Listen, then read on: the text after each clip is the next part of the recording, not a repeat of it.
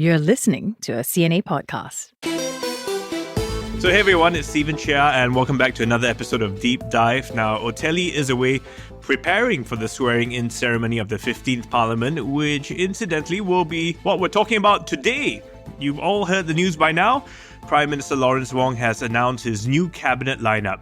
The 4G team in power and a 5G team shaping up in the wings. So the top news we have is that Gan Kim Yong stays on as Deputy Prime Minister, but no replacement for the retiring Heng Swee Keat.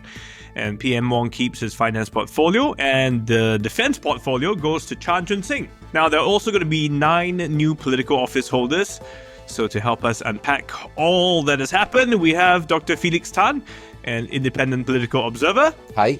Dr. Elvin Ong, assistant professor in the Department of Political Science at the National University of Singapore. Thanks for having me. All right, gentlemen. So before we zero in on specific appointments, give us your thoughts on the overall cabinet lineup. Any surprises for you? Felix?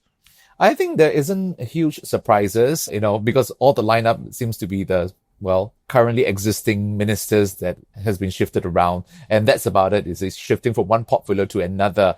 And I think if you really want to talk about surprises, then I guess, you don't have another deputy prime minister to take over Heng Swee Keat. Elvin? Well, for me, the surprise would be no promotion maybe from either senior ministers of state or ministers of state to become a full acting minister.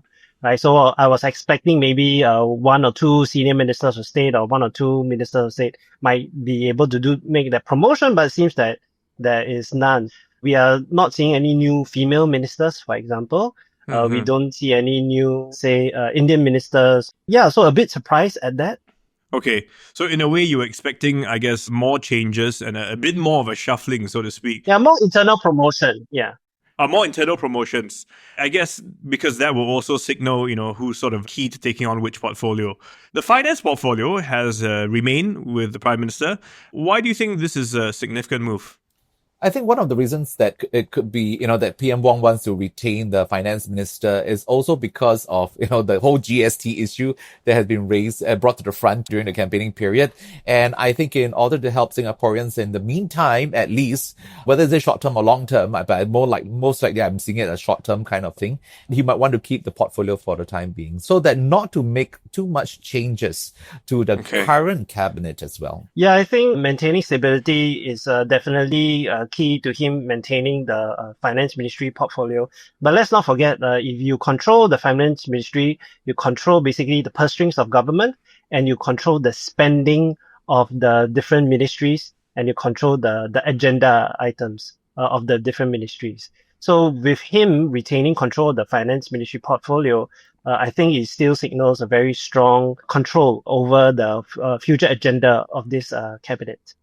Is it possible that he's taking a bit more of a wait and see and sort of letting people come into their roles to give them some time and then kind of decide a bit further on, which is why he sort of has his fairly tight control of the cabinet right now?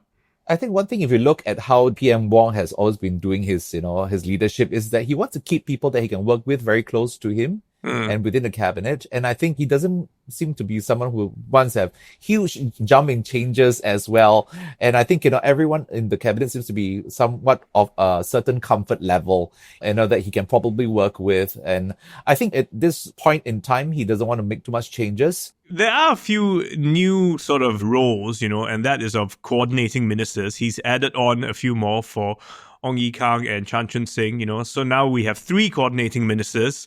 What do you make of that? Elvin? I think having coordinating ministers is a good thing because now we know a lot of public policies that the government is trying to push out actually involves what they would say the whole of government effort, right? It requires coordination across different ministries to align expectations, to align policy goals, to align the implementation agenda. So having more coordinating ministers, I think is a very good thing. And having, for example, in particular, Minister Ong Ye Kung as the coordinating minister for social policies, potentially suggests that he will have a bigger role to play in coordinating across those different ministries, those social ministries, to look at how they can better support the vulnerable or the elderly across these various ministries.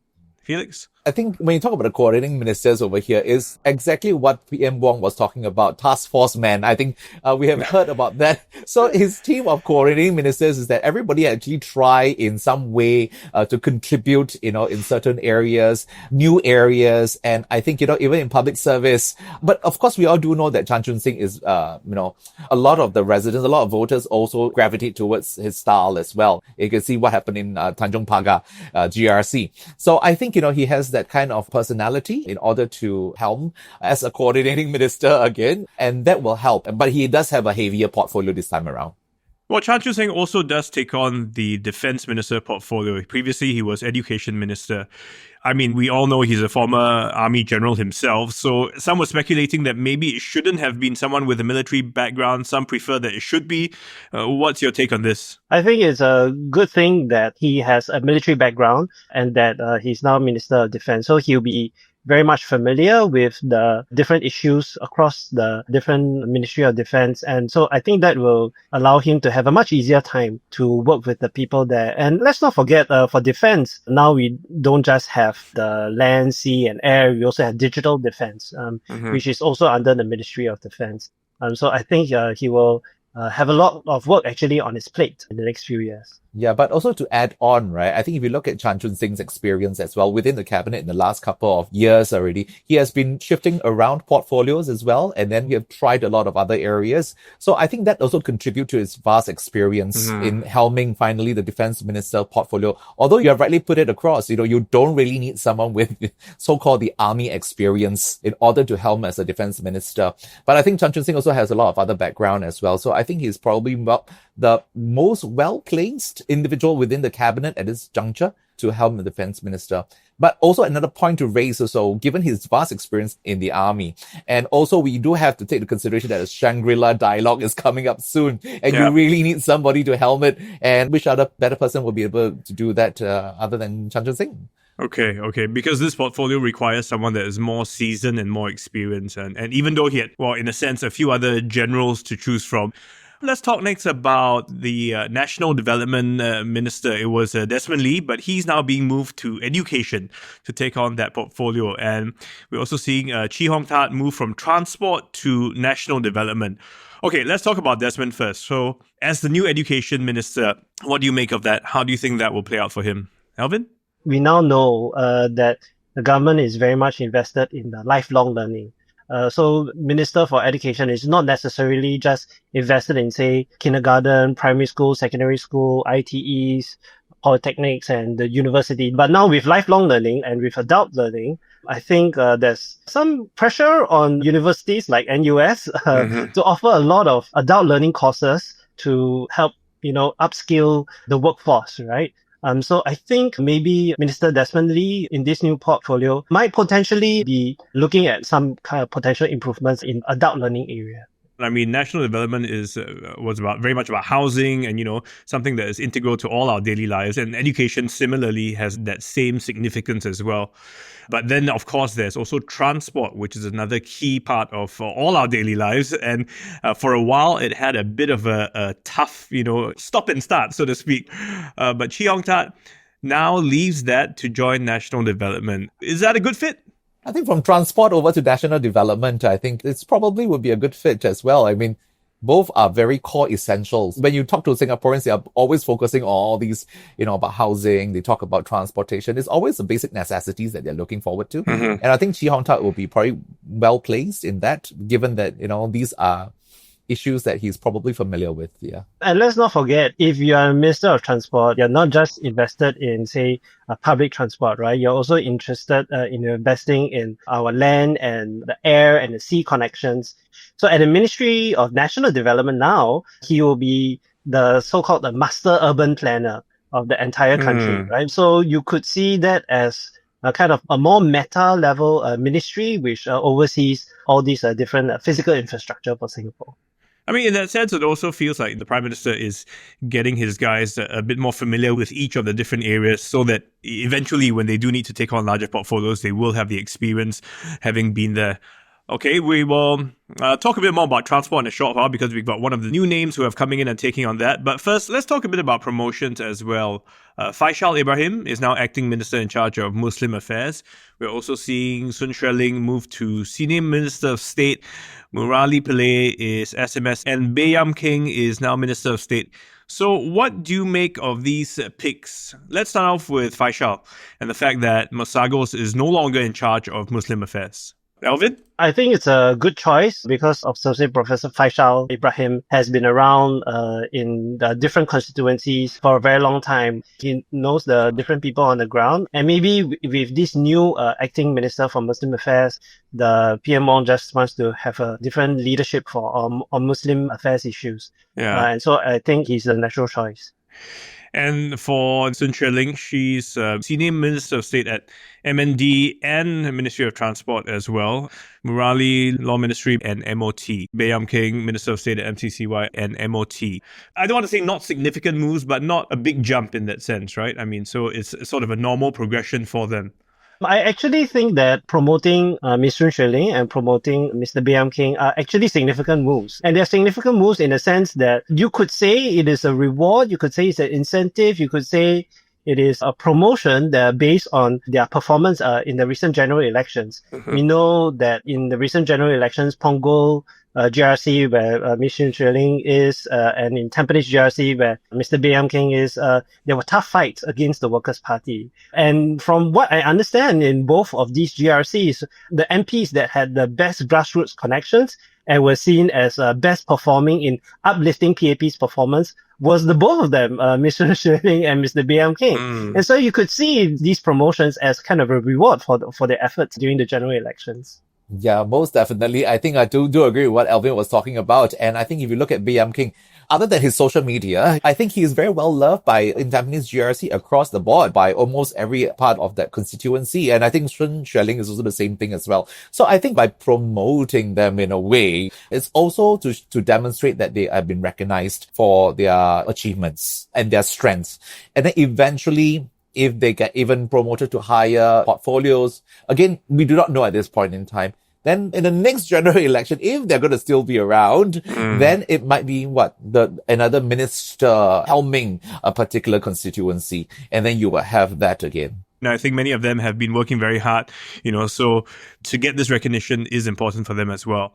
Let's move on and talk about some of the brand new folks and names that we saw running in the recent elections. Widely expected, David Neo, Jeffrey Xiao, they've both been given acting minister portfolios. Now, help our listeners and viewers understand, when we say acting minister, what does that actually mean? So if you're placed as an acting minister, it kind of means that yes, you are a full minister, but you're put on probation, right? So you're put on probation for maybe 6 months to a year, and then Prime Minister Lawrence Wong will assess your performance and seek feedback within those 6 months to a year, I believe, and then decide whether you will be confirmed as a full minister. So usually acting ministers is what people get put into in the first place. I agree with you, Elvin, that, it is always, giving them the kind of, the line to try out the role and see whether they can actually perform. Oh, okay. So you're saying this shuffle, this lineup right now may not last that long. That's your take. Yeah, usually whenever there's a new cabinet lineup, there is, I think maybe 6 months to a year or maybe a year and a half, there will usually be another cabinet reshuffle just to either A, confirm the acting ministers as full ministers, and then B, maybe do some subtle shifts and promotions as well, if necessary. So it sounds a bit like almost everyone is on probation. He's kind of trying them out at different portfolios.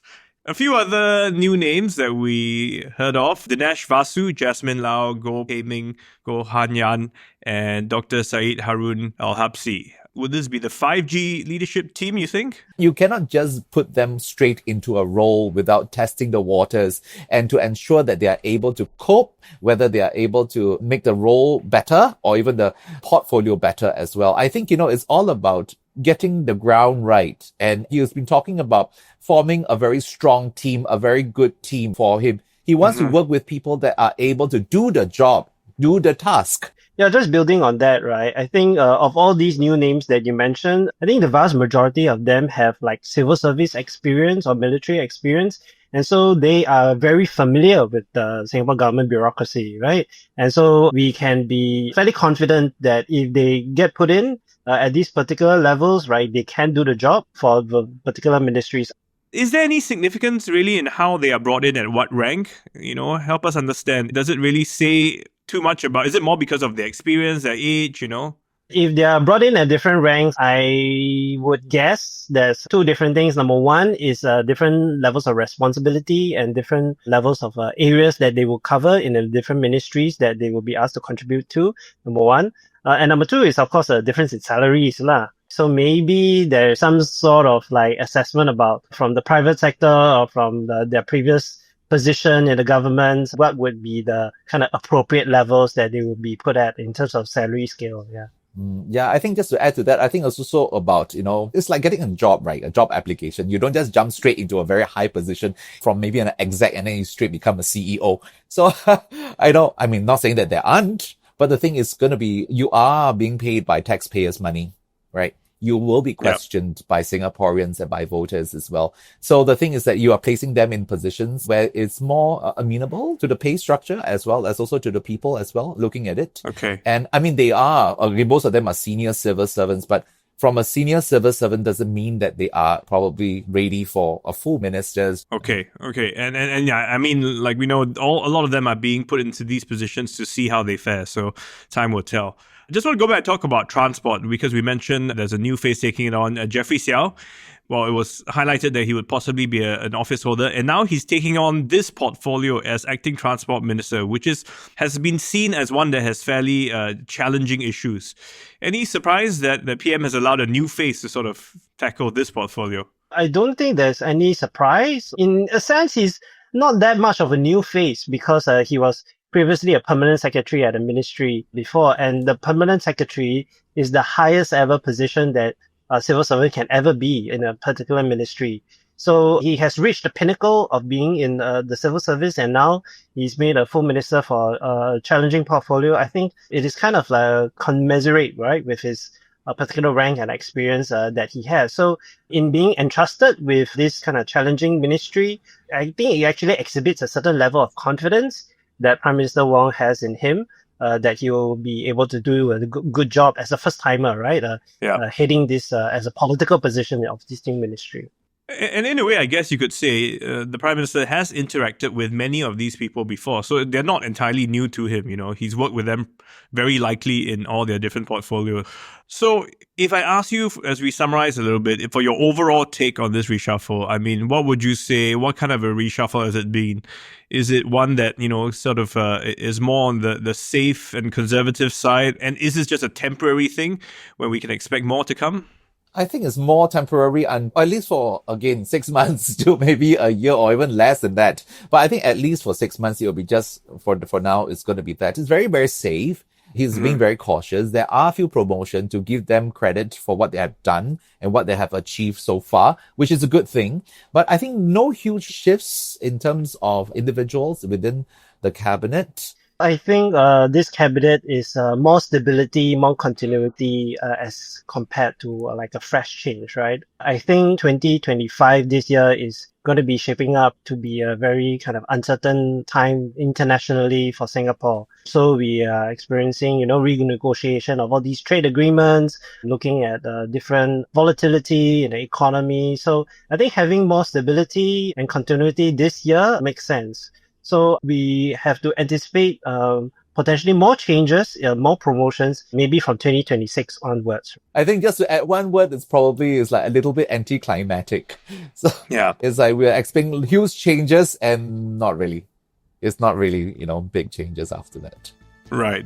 So, but your gut feel from what I'm hearing is that this may not be permanent, and this is really just something for now, to tide things over as he tries out some new people at different portfolios. Elvin and Felix, thank you for coming and sharing with us. For all of you listening in, thanks so much for joining us here on Deep Dive. A shout out to my team, Tiffany Ang, Junaini Johari, Joanne Chan, Saya Win, Crispina Robert, and Alison Jenner. Make sure you join us, subscribe to us wherever you are listening to Deep Dive, and we will see you again real soon. Bye for now.